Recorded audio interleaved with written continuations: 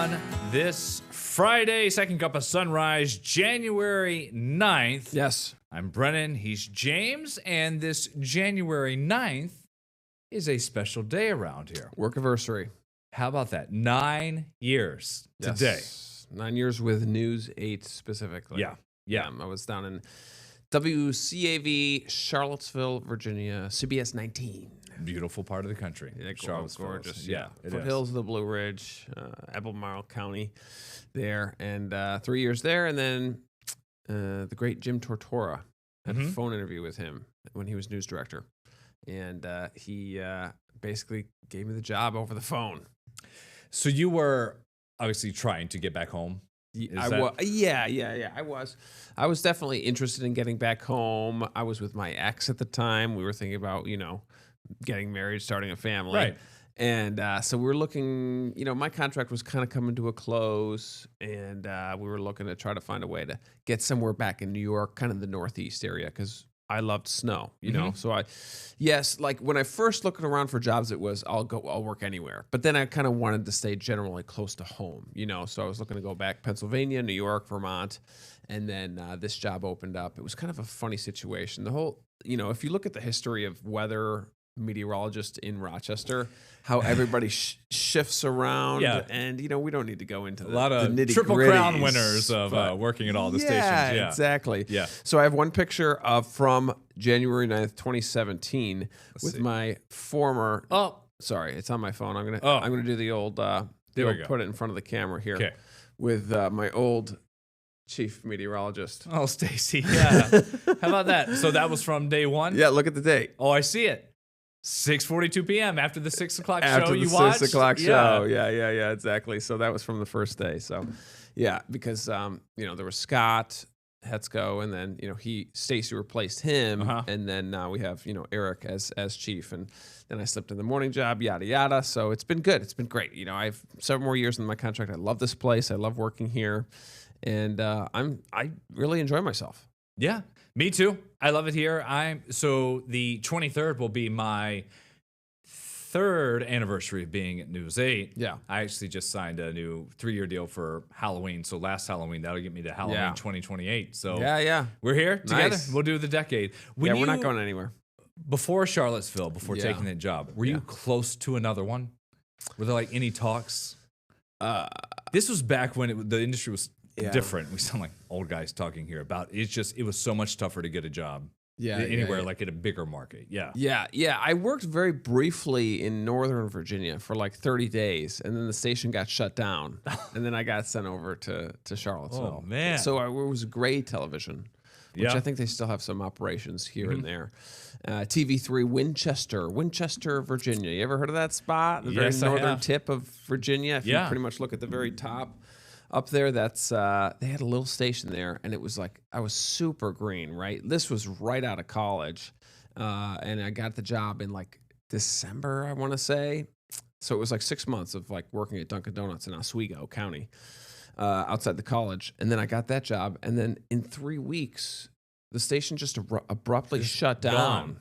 Yeah. Even the GM at the station didn't know. Tracy Vosika, I think her name was. And so the station shut down. She didn't even know it. The regional headquarters manager, I usually don't tell this story. When people ask me for my first job, I just say Charlottesville. Yeah. I don't talk about this story very much. But It's a good story. I was the morning meteorologist 5 days a week. I had no idea. I'm just learning this. I'm telling you. You told me. You asked, so I tell it. And so the big head honcho bosses come in, and everybody's like shaking their boots. I'm so green, I have no idea what's going on. Right. I'm like, what industry did I get to? Like, this station is literally shutting down off air. The guy was like, told the reporters to call your interviews and tell them that the interview isn't happening. So it was that day. It was that. Oh yeah, it was like they came in at 11 a.m. They were like, there's no noon show, there's no evening show. Gosh. This is over. Here's your severance. My severance, I got more severance than I actually worked there. Wow. Isn't that crazy? Glad it worked out for you. Luckily they had the station open in Charlottesville. It was a very strange situation because I lived in Fredericksburg. Right. I was commuting out there, and then I had to change my commute. I had like a 90-minute commute for 2 years of my life. You went from 95 to then taking the other trip down to Charlottesville. At least So, what was the gap between jobs? How long did you say? not very long. Never. Luckily, Good for you. they had the spot open. I know, right? I mean, it was. I was out of the industry at one. Like that's where my head was at. Quickly, because like you're like 21 years old and you're getting into this job and then all of a sudden the entire company that you work for shuts down. You're like, well, what is going on here? Scary. Wow. Very scary. I've said it before. The one I was closest to. So it was. I was in talks with Little Rock, which would have been a great, at that point, starter market for someone out of college. For sure. And I had a friend who worked there, so I had an in, and I was speaking with the news director, and it was going to be a producer and then part-time reporting, maybe anchoring. And it just took them too long with corporate. And then Myrtle Beach called after 200 applications, and that's where I went. And that worked out because Steph worked at that station. Right. So that's all. How long did you report before you kind of became full-time anchor? So my first job was a lot of stations do this. It was weekend anchor, just like Izzy here, and then report during the week. Yes. And I also produced my own show. So that was 2 to 3 years. And then the main guy there, he left. He went to Denver, and they offered me that morning job. That's a nice jump. And that's when I took it. It was, at that point. For that guy to go to Denver from He went there Beach. to be an investigative journalist. He's awesome. He was awesome. And it was huge. And he was a veteran at that point, or he wasn't like, in his 30s. He may have been closer to 50 when he was anchoring in Myrtle Beach, and then took that job. And it was awesome. And it opened up, and I did that. I've told the story. I thought it was done for a bit, and then got back into producing and reporting in Richmond, and then came up here. Yeah. That's pretty cool. And you've kind of always wanted to do the anchoring.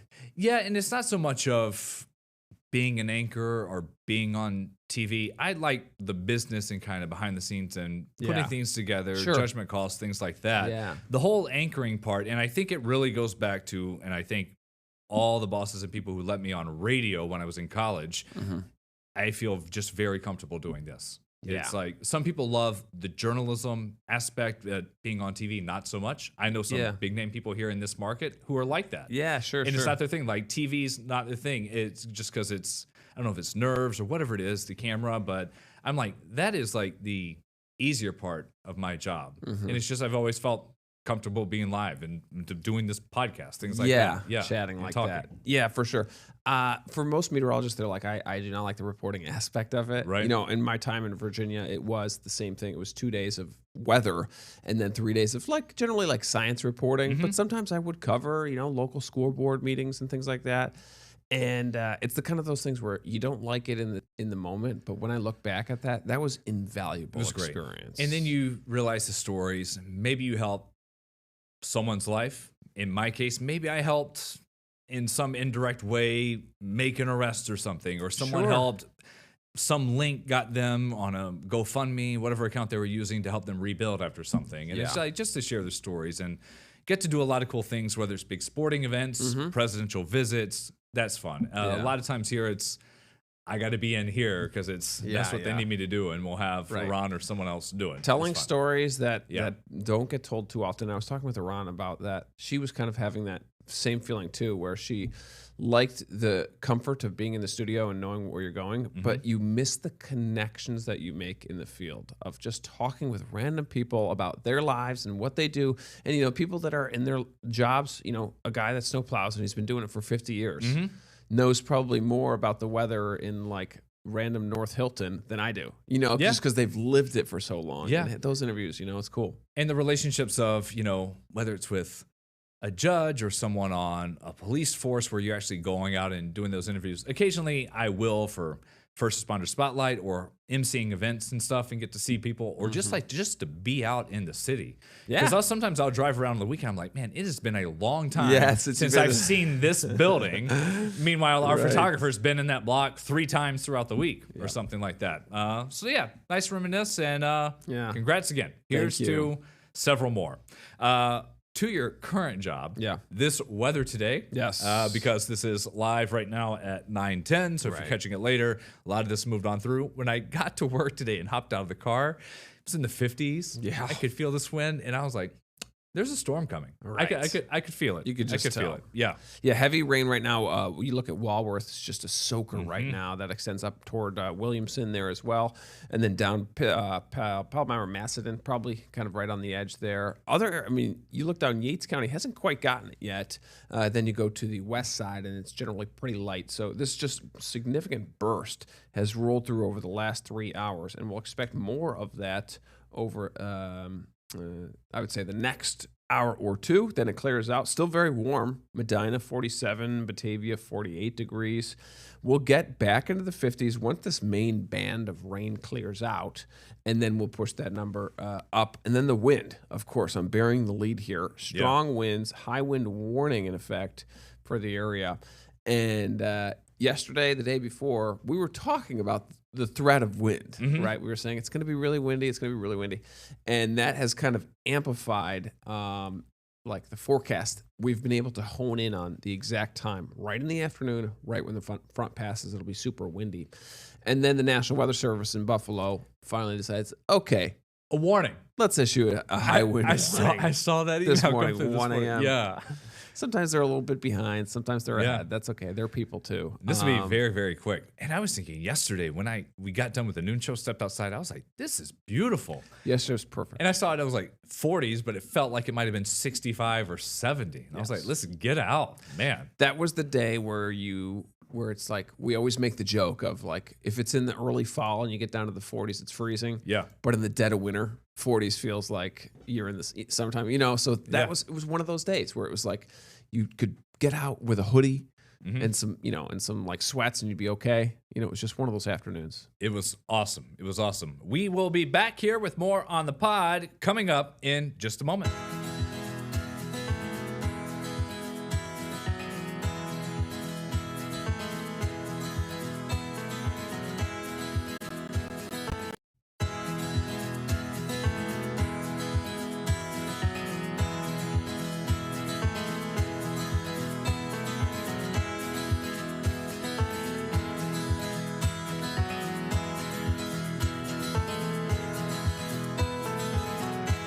Back here on the Second Cup of Sunrise pod for this Friday with James. I'm Brennan. So we had the earlier this week the new floor installed, and that kind of just spurred this feeling of we got to clean everything else in the house. Sure. Because the living room looks great. Because we moved everything out, and now I don't want to put everything back in. Yeah. And then I ended up going to let's clean out the fridge because we had the whole talk about what's in the freezer yesterday. Yeah. And it was like kids' food and bowls, stuff that was back towards Julia's birthday, so 3-4 weeks. I was like just throwing stuff out. Yeah. And then I came across on the side a bottle of eggnog that I got the week before Christmas. And it had settled, so like the top half looked like eggnog. Oh, man. And whatever is in it was in the bottom. It looked like cooking oil in the bottom. And I looked on the date and it says goodbye January 11th. Oh, so I time. Shake that thing up, and then I just stared at it for a second. Yeah. I couldn't do it. I couldn't do it. That's pretty gnarly. Yeah. So I just bought some at Wegmans because it was half price, I think. Yeah. I think it was like the Burn Dairy eggnog, sure. I think. I didn't do Pittsford. I went to Burn Dairy. It was second step below, but I still love it. So. And you can still feel a little festive to have some. Yeah. So I can't buy the full price. It's so much. I don't think I had any last year. I usually get one thing, and it's like a half gallon, so which is a lot. So I've been sipping on that with, I had like some whiskey left over. I usually do go with whiskey in there versus like gin or rum or anything like that. So so that was pretty tasty. And it's funny because I think the date is like the 11th. It's just close on there. Yeah, it was because obviously it was a deep discount. So that's funny that you said the date on your cart it's was the same thing. The 11th. Yeah, same batch right there. Give it a little sniff test. We found some eggnog ice cream on sale, and nice. The girls just went to town on it. They love the flavor. They love drinking it, and got home and opened it up.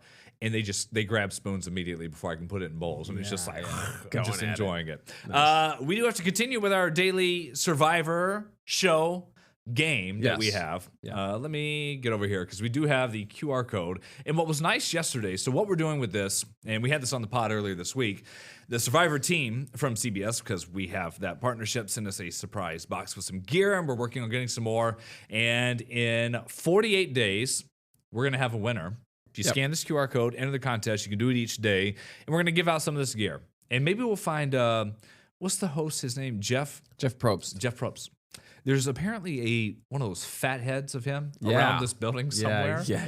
And they usually take it to the Survivor tryouts for contestants. And I'm like, let's find one of those we can give to somebody. We got to put him in here. We got to interview him on the pod. We got to keep doing this. I'm like, let's keep doing this, and maybe it'll happen because I can't imagine anyone else is doing anything like this to promote the Survivor. Yeah, right. So here we are.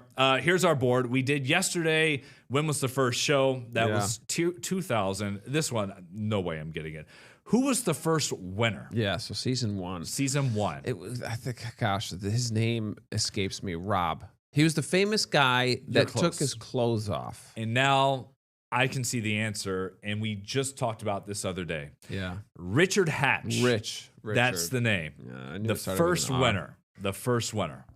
Yeah. Richard Hatch, famous for the nudity, I think. Was what it was. He thought it was on Naked and Afraid. It's the wrong show. A little bit of a wrong show. But he was entertaining. And I remember I was talking with my mom about this because my mother watches the pod. Shout out to my mom. And she was like, yeah, I think I've only seen like a few episodes or something like that. She's telling me yesterday.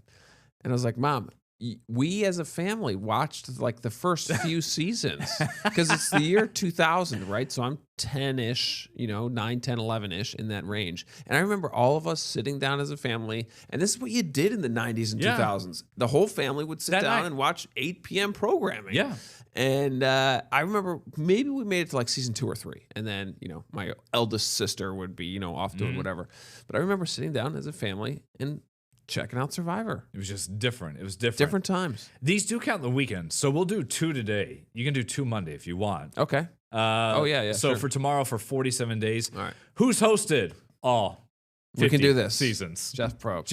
Yeah. There you go. That's the easy. aforementioned. Yes. Nice. The star. He's so good at his job. I was thinking 25 years. I mean, whole life. Right. I know. Talk about me being at a job for 9 years. I know. He's been doing Survivor for that long. I think they do. I'm trying to think. My wife would know this. How they shoot it. It's 30 days. Mm-hmm. Some of the seasons were like 45 days, and then they like shrunk it 28 days ish. I'm pretty sure they crush like 2 in a row or something like that, and then they have 6 months off. And then they do like 6 months of work and then 6 months off. Everyone signs like Jeopardy and Wheel. They sign the NDAs, can't say anything about the shows and have that. So there you go for Survivor today. We have a new addition at the house. Ooh. Not big. No babies, no pets, anything like that. Nothing alive. No. Well, maybe we'll see how smart it is. Yeah. A brand new vacuum. Ooh, that's fun. This is big dad talk energy. Yeah, okay. We could easily finish the show with vacuum talk. We may. We started because we have the new floor and everything. Another one was kind of busted, and it gets to where like they just don't clean up anything. They don't suck up enough whenever you go around. Sure. And it's like a whole 3-in-1 or 5-in-1. It's does the dry cleaning. It mops. It self cleans. Yeah. Does all these different things. And I get the box yesterday and I start opening it and pulling out all these pieces. And I'm like, what is this? What is it? I see the instructions and then a giant dock, like one of those shark robots or Roombas. And so that's what it has. Now I've got that set up in the corner. Is it fully auto or you got to push it around? I got to push it around. Okay. Cordless though, said charge for 4 to 5 hours. It cordless can run for about an hour. It is. Especially you know the brand. Or I'd have to look it up. Shark maybe. We got it something from Kohl's somewhere, but so I just can't wait to go use it. What's the main feature? Is the wet? It's like a wet mop. I think that because whenever I look, it's the roller. It's not brushes. Yeah. It is a roller for both, and I want to see how it cleans itself to do all that. So we have a. It's the same thing. It's cordless. It is a wet mop sweeper thing. Whatever you want to call it, vacuum. It's a vacuum mop, and so it's got the roller in the front, and so the dirty canister is in the front part. Yes, and then the water that you put is in the back, right? Mm-hmm. So you start it, you turn it on, and it's going. It's got this like little display in the front, and it's great. I use it every day.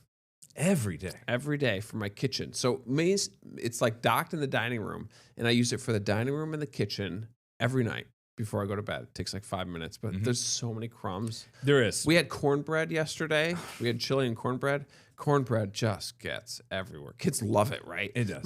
Mason had probably 4 pieces of cornbread. We had rice, some edamame, so both of that was ending up everywhere. And plus, there's also that, and it drives me crazy, but the kids love it. The sticky sand that you can have, the toy sand, kinetic sand, whatever it's called. Yep. As much as it sticks together, it still gets everywhere. The girls have it for like an ice cream machine. They got it for Christmas, and that stuff just bothers me. But like Steph knows, or whenever they do slime or something with glitter in the house, those things, I see them everywhere, and I just have to clean it. So we have some nice like little trays that we use, that whenever the kids are using something messy, we have to have them work in a tray. Buddy, it's full on the dining room table is where all of it is. Is where all of it is. No way. Got a couple of minutes here. I want to talk about something before we go. Our final Bills-Jags preview. We should mention this. Trevor Lawrence hair. He's going to have the best mop out there come Sunday. Looks so good. Look at these pictures that our team. We didn't do this. This was from our sports team whenever they were previewing the game. Right. But the whole thing is that the Jags have been red hot, so they won 8 games coming into the playoffs. The Bills, I didn't realize, you got to go back to like 93, the last time they won a road playoff game. Right, and the reason why is because they've had a lot of home games. And they had the 17-year drought in between that. Right. And the last time they played in the playoffs was when the Jags won 10-3. And then I like this quote because I don't know. Well, just listen to what Trevor Lawrence said about facing the Bills come Sunday. They always present a lot of challenges on defense. They do a good job. Their scheme has been very similar for a lot of years. So you kind of that's kind of funny. I say you know what you're going to get, but they do a really good job of disguising and changing the picture on quarterbacks, and they bring a lot of different pressures, and they they play that game a little bit that you got to kind of figure out the chess match, and they do a nice job, and they present some challenges, and it's going to be the same way this week. It was kind of interesting. Just to hear him say that. It sounded like he kind of caught himself. Yeah. A little bit. When he said, listen. It's the same thing they've done for years, but they do disguise it. We know what they do. The Texans coach said that after that game, of how he was like, we kind of knew what we were going to get on offense or on defense of facing the Bills. So both of saying, listen, you mentioned Trevor kind of starts saying they don't really hide anything, but then he goes and say they do disguise it, do their best, which is okay if you like have a crazy front 8 and you're like really nasty, and you like don't. That's like if you don't need a blitz and you're still getting sacks, kind of deal. Like if your defense is that great, but if your defense isn't awesome, kind of like the Bills' defense isn't awesome, you do need to scheme. Mm-hmm. You need to have different strategies. The Bills are slight favorites on Sunday. Before we get out of here, we got about 30-45 seconds. Besides the Bills, any other games this weekend? What's top of the list? So Rams-Panthers is first. It's Packers-Bears tomorrow night. Yeah. The Bills on Sunday to lead it off at 1. 49ers-Eagles, Chargers-Pats Sunday night. And then Texans and Aaron Rodgers and the Steelers on Monday. Right. If you had to pick one other one. To watch, Chargers-Patriots. Chargers-Patriots. Just because there's like selfishly, that's an AFC West, AFC East battle there. And I think that's huge with Patriots back in the playoffs with a good-looking team. Chargers resting Herbert. And then Packers-Bears I'm pretty excited about. For the third time this season. Yeah. Packers-Bears should be a good battle. Back there. Yeah. That's what I was going to say, but then is this Aaron Rodgers' last game? If they lose to the Texans on Monday. Right. It's a lot of fun. Next week, it'll be you and Iran. Yes. So I'm going to take the family to Disney. I got to go pack. But before all that, we have a noon show. So we will do that. Have a great weekend, everybody. Safe travels. Get the Rochester First streaming app today for everything you love from News 8 On Demand. Plus exclusive shows you won't see anywhere else. Search ROC and download for free on Roku, Amazon Fire, and Apple TV.